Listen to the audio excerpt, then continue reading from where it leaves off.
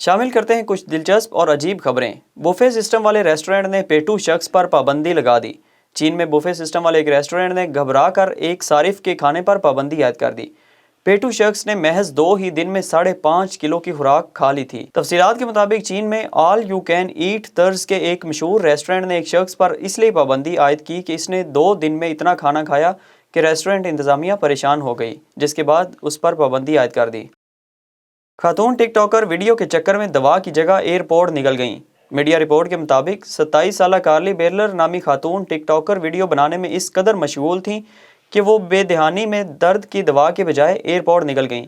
Live video में उन्होंने अपने मदाहों को बताया कि वो दर्द की दवा अपने हाथ में लेकर बैठी हुई थी, मगर वीडियो में इस कदर मशगूल हुई कि दूसरे हाथ में मौजूद उल्टे कान का एयरपोर्ट पानी से खा गईं। लोग घरों से बाहर ना निकलें, तेंदुए ने खौफो हिरास फैला दिया। तेंदुए की वीडियोस अक्सर सोशल मीडिया पर वायरल होती रहती हैं, जिन्हें देखकर सार्फिन दंग रह जाते हैं।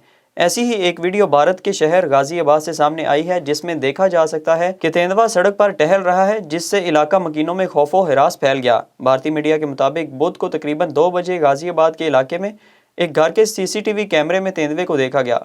तेंदुए की वीडियो सामने आने के बाद महकमा जंगलात की टीमों ने फौरी तौर पर तलाश शुरू की और तेंदुए का सुराग लगाने के लिए राजनगर के इलाके में डेरे डाल दिए। ताहम 2 दिन गुजरने के बाद भी जानवर का कोई नामो निशान नहीं मिला, क्योंकि इसके पैरों के निशानात उन्हें नहीं मिल सके।